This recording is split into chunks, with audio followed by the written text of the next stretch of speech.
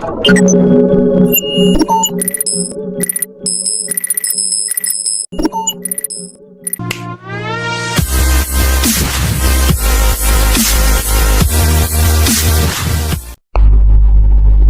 Assalamualaikum dan salam sejahtera. Untuk tugasan kumpulan Dr. Kamarul, hari ini saya akan tunjukkan cara bagaimana nak menganalisis data Jon Snow menggunakan perisian GIS, iaitu saya menggunakan ArcMap. Okay, so yang pertama adalah kita kena download file ataupun data yang kita perlukan untuk analisis data Jon Snow tu. So, kita klik pada ni. Kita download dulu. Selepas download tu kita kena extract sebab file tersebut dalam bentuk zip. So kita klik pada extract all, and kita nak save file ni, kita kena save dekat file yang selamat lah. Contohnya dalam C. So kita letak nama untuk file tersebut dan kita extract. So, selepas selesai extract, kita akan buka perisian ArcMap.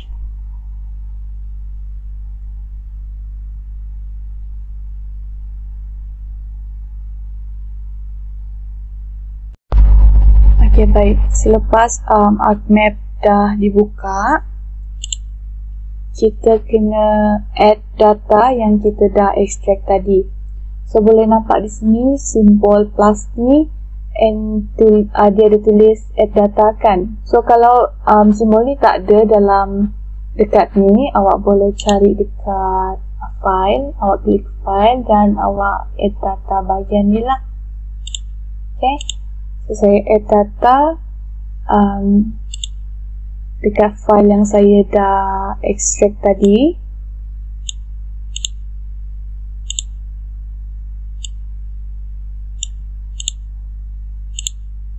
So, ini file yang dah di-extract tadi. Apa yang kena ada untuk kita analisis data ni adalah kita kena masukkan Cholera Death, Pumps dan juga SnowMapDiff ni lah. So, 3 ni kena ada. Saya add sekali. Okay, inilah data yang kita perlu analisis. So, supaya data tu lagi nampak, kita nampak lebih jelas, untuk simbol ni kita tukar. Okay, so sini kita boleh explore lah nak buat simbol yang macam mana.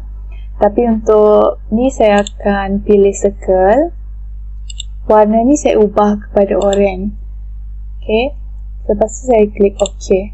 So ni adalah Cholera Death lah, data bagi Cholera Death.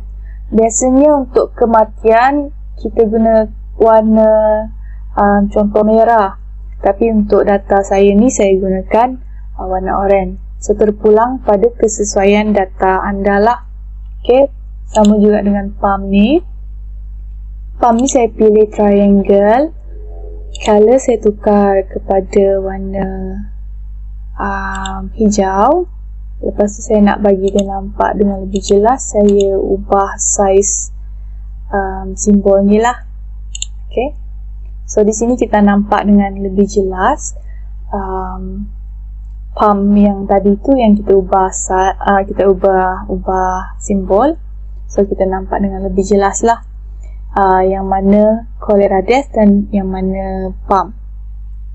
So untuk kita buat analisis, apa yang kita perlu adalah kita kena keluarkan kernel density. So yang pertama sekali, kita cari simbol yang macam bentuk storage box merah ni, and dia ada tulis Arc Toolbox. Kita klik.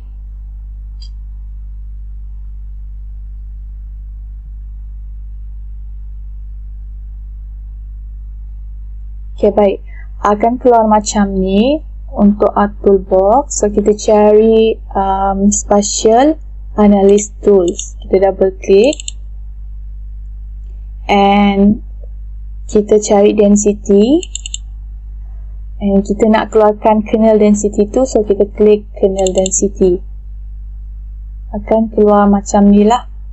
So untuk input point or polyline features ni, kita akan pilih cholera death.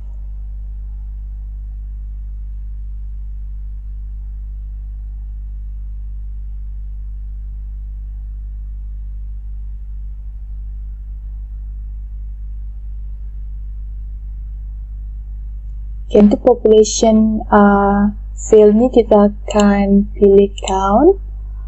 Untuk output raster pula kita akan save dekat file yang awak dah create lah untuk tugasan ni. Macam saya akan masukkan dalam file untuk tugasan kumpulan saya. So saya pilih tugasan Synergis ni dan saya save kernel D.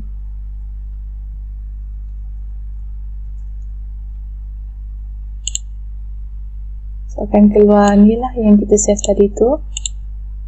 And output cell size ni pula saya tukar kepada 2. Yang ni saya biarkan kosong dan yang lain tu biarkan je. Lepas tu kita klik OK. So data tu akan keluar macam ni. And kita boleh tengok lah taburan kematian cholera death tu dengan lebih jelas. So ni adalah untuk kernel density. Seterusnya kita akan buat kita akan keluarkan IDW. So untuk IDW ni sama juga, klik outer box ni. Kalau dah memang ada sini, kita akan cari spatial analysis tools juga, tapi kali ni kita akan pilih interpolation. Kita double klik and kita nak keluarkan IDW, so kita klik IDW lah. Ok, untuk input point features ni sama juga, kita masukkan cholera death. Untuk Z value field, kita pilih count, and output raster ni sama juga dekat file yang kita save tadi tu untuk kernel D. So ini kita save untuk IDW.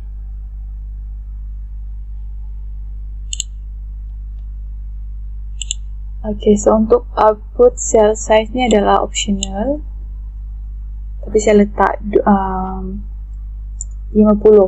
untuk cell size. Seterusnya yang lain tu biarkan je, kita klik OK. So ini adalah data IDW. Okay. So kita off kernel D ni. Ini adalah IDW. And yang ini adalah kernel D.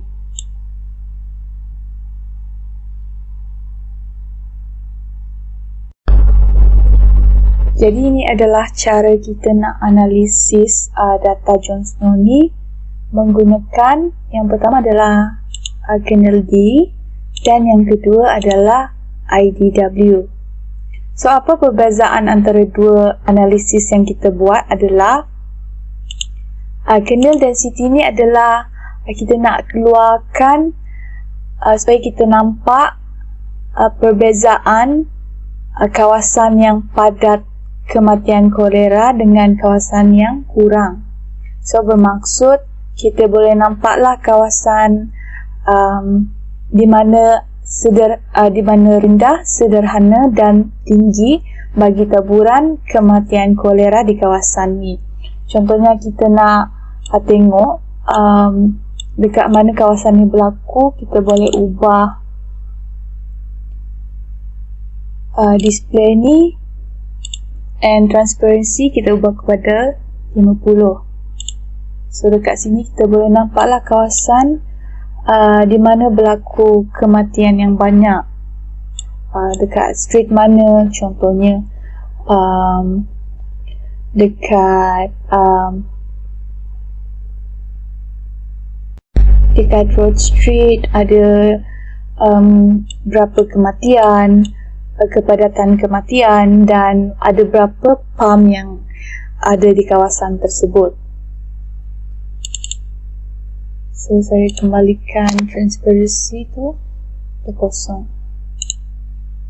So yang ini adalah cara macam mana nak analisis menggunakan kernel density.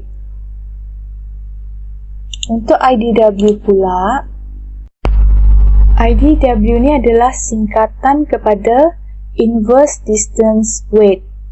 So IDW ni adalah teknik yang digunakan untuk interpolate data lah. Contohnya dalam data kita ni ada sediakan beberapa lokasi pump. Okay, kita boleh nampak lokasi pump kan, yang bentuk triangle ni adalah pump lah. So kita nak tahu berapa purata atau jumlah pump pembentungan diangkut dan sebagainya mengikut bulan atau harian lah. So dalam peta tersebut ada 7 lokasi pump. Jadi kalau kita nak tambah lokasi pump pembentungan ni untuk merekod data tersebut, dia mungkin akan menyebabkan beberapa kos lah, menyebabkan kos bertambah. So untuk analisis tu adalah kurang sesuai bagi Jon Snow ni lah. Okay, berbeza dengan kernel D ni.